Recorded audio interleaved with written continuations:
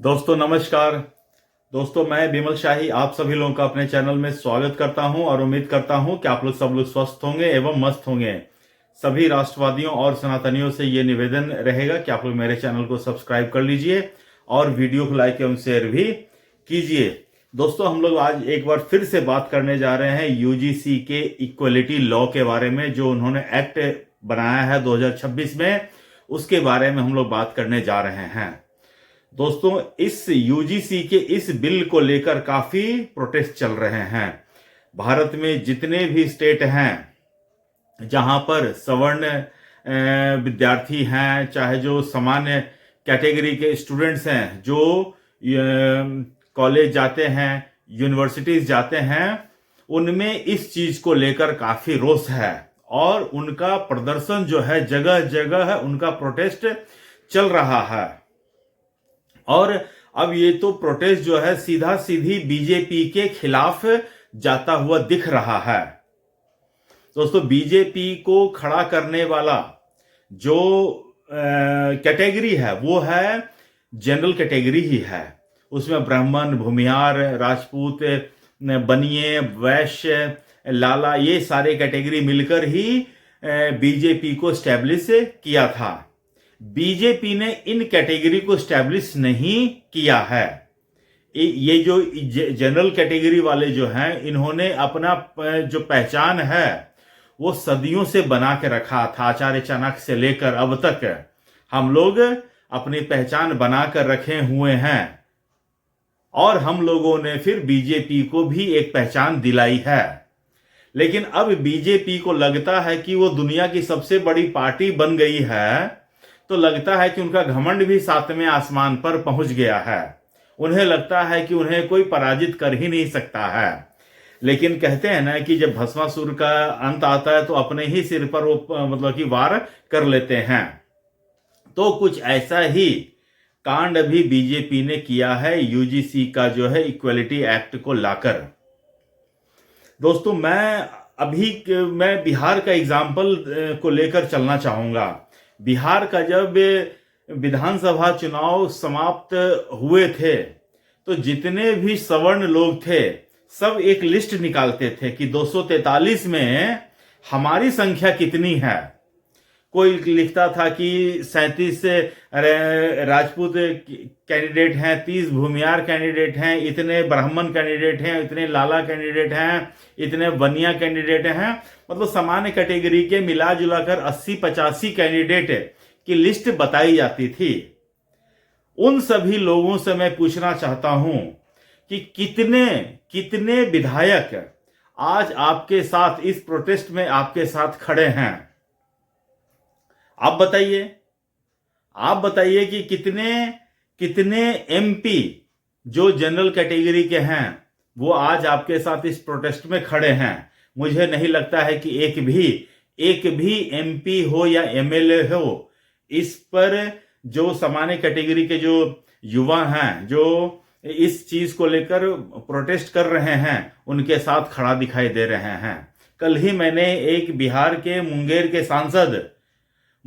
सांसद ललन सिंह से जब मीडिया से सवाल पूछा जाता है तो वो कहते हैं ये सब फालतू बात के लिए मेरे पास समय नहीं है। सोचिए, ये यूजीसी एक्ट का जो इक्वालिटी एक्ट है ये उनके लिए फालतू चीज का विषय है। इससे जो सामान्य कैटेगरी के बच्चों पर जो अत्याचार होगा, जो उनके कैरियर के साथ खिलवाड़ होगा, इससे उनको कोई फर्क नहीं पड़ रहा है। इसी तरह जो जाति आधारित जो सेनाएं हैं, जैसे करणी सेना है, सवर्ण सेना है, ये सब सेनाओं का विरोध प्रदर्शन हो रहा है। लेकिन अभी तक किसी एमपी एमएलए ने इस विरोध प्रदर्शन पर अपना विरोध नहीं दिखाया है। उन्होंने ये नहीं कहा है कि ये बिल जो है गलत बिल है। तो इन सब को, ये सब जितने भी नेता हैं, इन सबको सत्ता से मतलब होता है। सत्ता उनको मिल गया है, मंत्री पद मिल गया है, अब सब अपने अपने मस्ती में चूर हैं। सफर करेंगे, भुगतेंगे किनके बच्चे? हमारे और आपके जैसे लोगों के बच्चे, नेताओं के बच्चे। आपको क्या लगता है कि भारत में वो लोग पढ़ेंगे? वो लोग तो जाएंगे विदेश, जाएंगे कैलिफोर्निया, जाएंगे लंदन, जाएंगे ऑस्ट्रेलिया जाएंगे, न्यूजीलैंड जाएंगे, भारत के यूनिवर्सिटीज में, भारत के कॉलेजेस में जाएंगे आपके हमारे बच्चे, और आपके हमारे बच्चों के साथ भेदभाव किया जाएगा। ये लॉ तो इक्वलिटी का लॉ है, लेकिन ये लॉ जो है सबसे बड़ा इनइक्वालिटी का प्रतीक बनते जा रहा है। इसमें जो सामान्य वर्ग के लोगों के खिलाफ अगर किसी ने सोच भी लिया ना कि हाँ ये मेरे खिलाफ गलत भावना रख रहा है, या इसके मन में मेरे प्रति अपमान, इसके किसी सोच से मैं अपमानित हुआ हूं, इस पर भी आपत्ति दर्ज कराई जा सकती है और स्टूडेंट को कॉलेज से निकाला जा सकता है, उनका कैरियर समाप्त किया जा सकता है।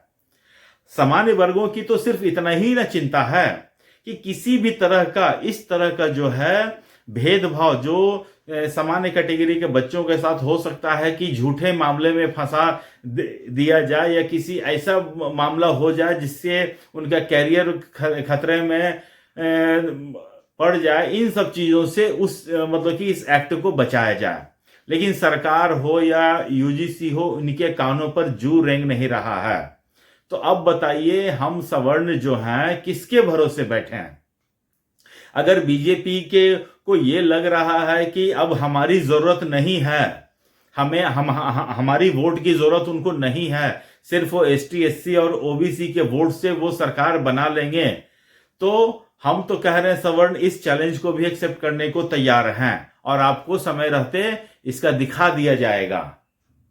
आपको इस चीज का है ना कि हमारी जरूरत नहीं है, तो इस चीज को एक्सेप्ट करते हैं। सवर्ण ने ही एक बीजेपी बनाया, और सवर्ण को अगर चैलेंज किया जाएगा तो दूसरा बीजेपी भी खड़ा कर सकता है। इस बात को मत भूलिएगा, मोदी हो या अमित शाह हो या और भी जो कोई भी XYZ हो, इन्हें फर्क नहीं पड़ता है।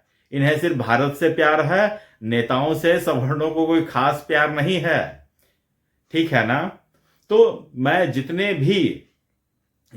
भी मेरे इस वीडियो को सुन रहे हैं, मैं उनसे कहूंगा कि आप अपने अपने लोकल एरिया के MLA से बात कीजिए और उनसे पूछिए कि क्या आप इस UGC एक्ट के समर्थन में हैं या विरोध में हैं।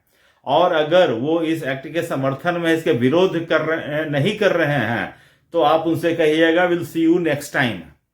और अगर आपको वो कहते हैं कि नहीं इसके विरोध में हम भी हैं, तो आप उनसे कहिएगा कि आप अपना इस्तीफा दीजिए और अपना विरोध प्रदर्शन कीजिए कि हाँ हमने इस एक्ट के खिलाफ में इस्तीफा दिया है। जैसे कि यूपी के एक सेशन मजिस्ट्रेट अग्निहोत्री साहब ने अपना इस्तीफा दिया है।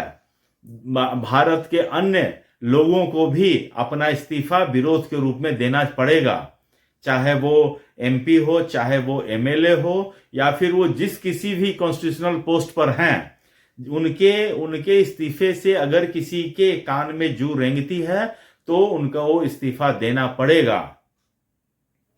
तो सबसे पहले तो लोगों को जागरूक करना पड़ेगा कि आप अपने MP हो चाहे MLA हो, उनका घेराव कीजिए, उनसे पूछिए कि आप इस बिल के समर्थन में हैं या विरोध में हैं। अगर वो कहते हैं कि हम इस पर कुछ नहीं बोलेंगे, तो उनसे बस एक लाइन कहिएगा, सी यू नेक्स्ट टाइम।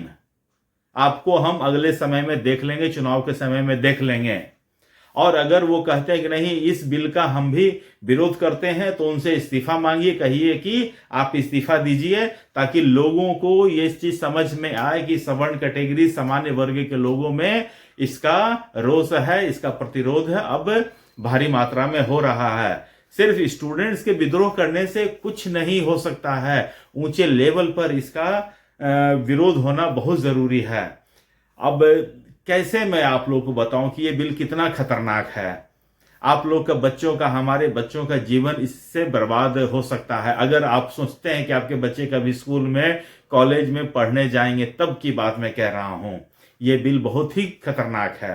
तो दोस्तों मुझे आज के लिए इतना ही अपडेट देना था। आप लोग अपना ख्याल रखिए, स्वस्थ रहिए, मस्त रहिए। तब तक के लिए नमस्कार, बाय।